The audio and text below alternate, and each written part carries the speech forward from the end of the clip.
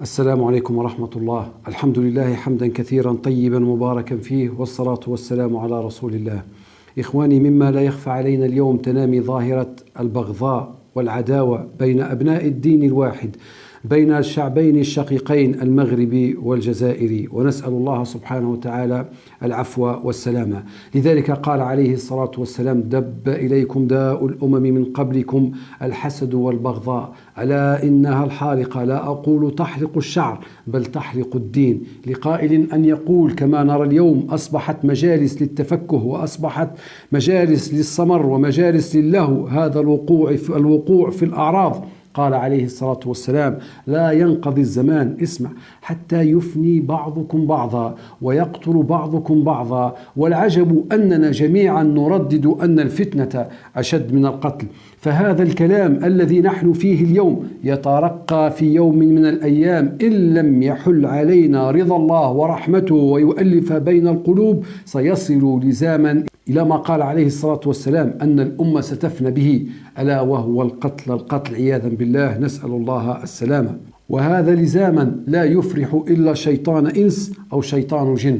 قال الله سبحانه وتعالى: إنما يريد الشيطان أن يوقع بينكم العداوة والبغضاء. وللغافل الظان أنها مجرد كلمات تتناقلها الناس أقول: روي في أثر أن الرجل يأتي يوم القيامة وفي يده مقدار محجمة من دم، فيقول: والله ما قتلت ولا شاركت في قتل. فيقال له: إنما قلت في عبد فلان كلمة فترقت حتى قتل بها، فهذا نصيبك من قتله. وللغافل كذلك جاء في حديث ترويه عائشة أم المؤمنين أن النبي عليه الصلاة والسلام قال: إن أعظم الناس فرية عند الله رجلا هجا رجلا فهجا الرجل قبيلته بأسرها. أي هذا الذي نراه اليوم، يقول الرجل كلمة يعادي بها أمة من المسلمين أو يسبهم، فيأتي يوم القيامة فردا فردا، هؤلاء يقتصون من حسناته، فإن لم يكن له طرحوا من سيئاتهم على كاهله. وما حمل العبد على ذلك؟ فإن في سجل العبد الصغيرة والكبيرة. جاء في حديث عن أبي هريرة قال رسول الله صلى الله عليه وسلم: إن نبيا من الأنبياء جلس يوما تحت شجرة فلدغته نملة، فأمر بجهازه فنقل من تحتها،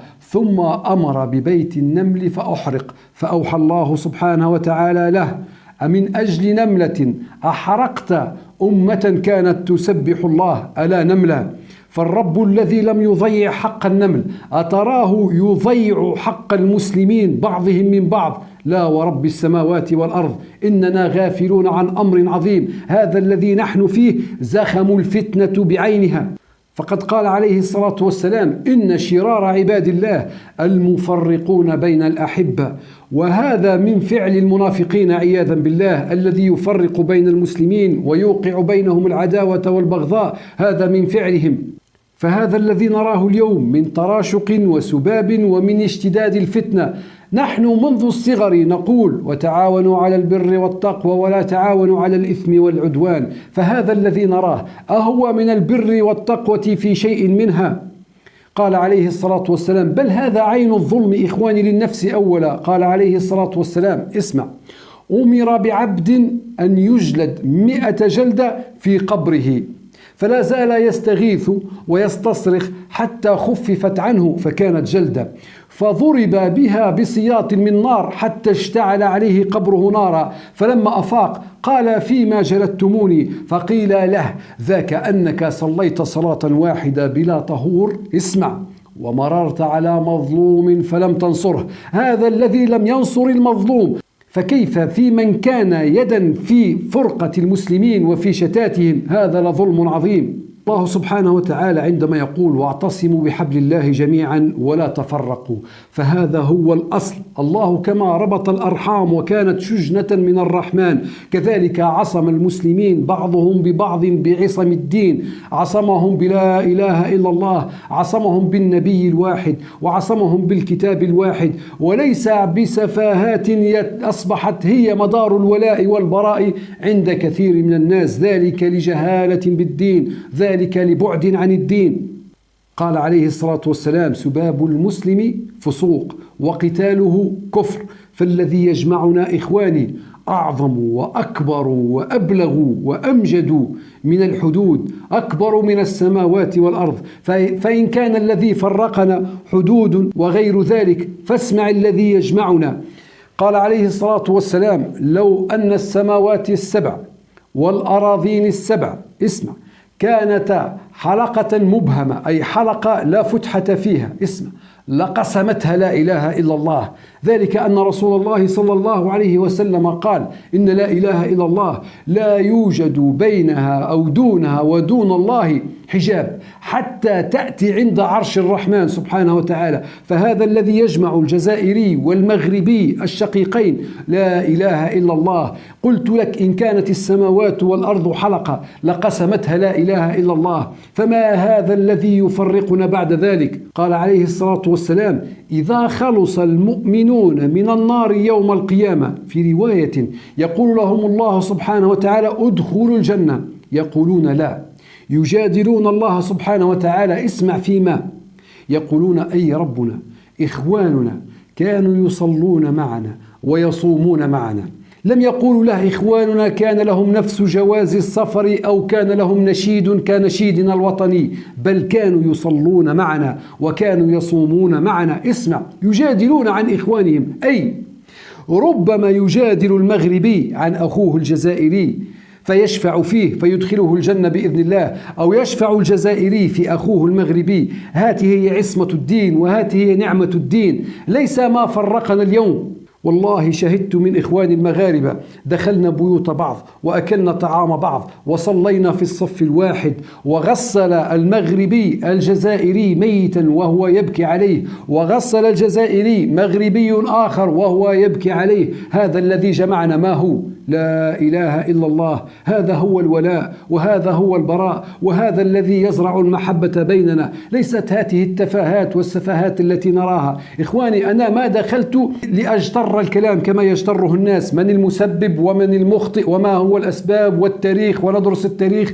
الذي كل يقيسه على هواه، بل لأحذرك أخي من عاقبة الكلمة، من عاقبة اللسان. رسول الله إذ قال أن الأمة سيفني بعضها بعضا، فقبل الفناء قال: تحاسدوا ثم تباغضوا ثم تفترقوا ثم الهرج القتل.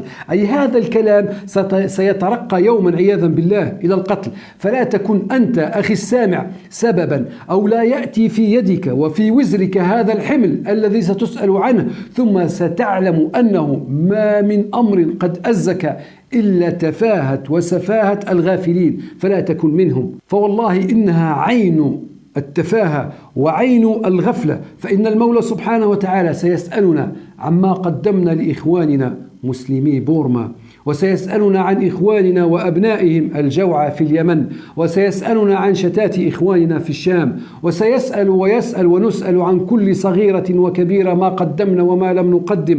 فمع كل هذا يزيد الإنسان على كاهله ما لم يدفعه إليه أحد، هذه الشحناء وهذا البغضاء، حتى أصبح بعضنا يفرح بتعاسة وبجوعة أخيه. قال عليه الصلاة والسلام: طوبى للغرباء. قيل: من الغرباء يا رسول الله؟ قال: الذين يصلحون ما أفسد الناس. فهل الذي تفعله ويفعله كثير من الناس هل هذا من الصلاح في شيء؟ قلت لك: كما في دواب الأرض هناك دواب وحيوانات من القمامة التي تقتات على الجيف، كذلك اليوم من الناس من فتح قنوات لزرع هذه الفتنة، للسب وللاستهزاء وللسخرية، قلت والله للتفكه. أصبح شعب يستهزئ بشعب، حاشا البعض، نعم، لكن هذا حالنا، وهذه الشحناء البغضاء التي تنامت إلى أين؟ نسأل الله سبحانه وتعالى العفو والسلامة، فوالذي لا إله غيره. فإن هذه الأوزار التي نراها والله لن ينجينا منها. إذا قام العبد مع هذا الوزر لن ينفعه لا رئيس دولة ولا ملك دولة، بل سيقدم الجميع حفاة عراة وكل يسأل عما قدم. أهكذا نرد نعمة النبي عليه الصلاة والسلام إذ قال في حجة الوداع: لا تحاسدوا، لا تباغضوا، لا تناجشوا، لا تجسسوا، وكونوا عباد الله إخوانا. المسلم أخو المسلم لا يظلمه ولا يحقره ولا يسلمه. بحسب امرئ من الذنب أن يحقر أخاه المسلم. التقوى ها هنا، التقوى ها هنا. إخواني، أنا ما فتحت هذا لأرد وأجيب عن الأسباب والمسبب، فكل يشتكي من ذاك. قلت ما هو كائن سيكون، نسأل الله سبحانه وتعالى العفو والسلامة.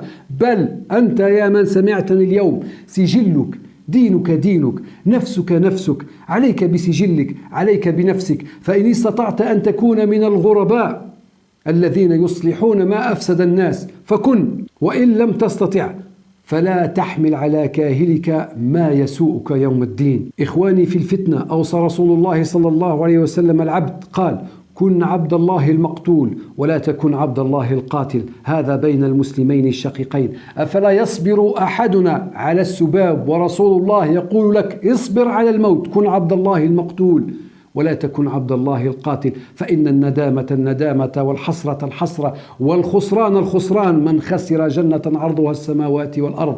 أسأل الله سبحانه وتعالى أن يؤلف بين قلوب الشعبين كما ألف بين المهاجرين والأنصار. أسأله سبحانه وتعالى أن يرفع هذه الشحناء وهذه الفتنة وهذه البغضاء، وأن يؤلف بين قلوبهم، وأن يجمعهم على أمر رشد تعلو فيه كلمة لا إله إلا الله، ويتفق فيه جمعهم وشملهم. فإن الله سبحانه وتعالى قد رضي لنا الجماعة وقد كره لنا الفرقة. فإن وحدة الصف الواحد أصل وواجب ودين. كذلك من كفر بنعمة وحدانية الأمة جميعا فإن هذا من سفه نفسه. أسأل الله سبحانه وتعالى أن يؤلف بين قلوبنا وأن يرفع بيننا هذا الذي نراه. سبحانك اللهم وبحمدك، أشهد أن لا إله إلا أنت، أستغفرك وأتوب إليك. والسلام عليكم ورحمة الله.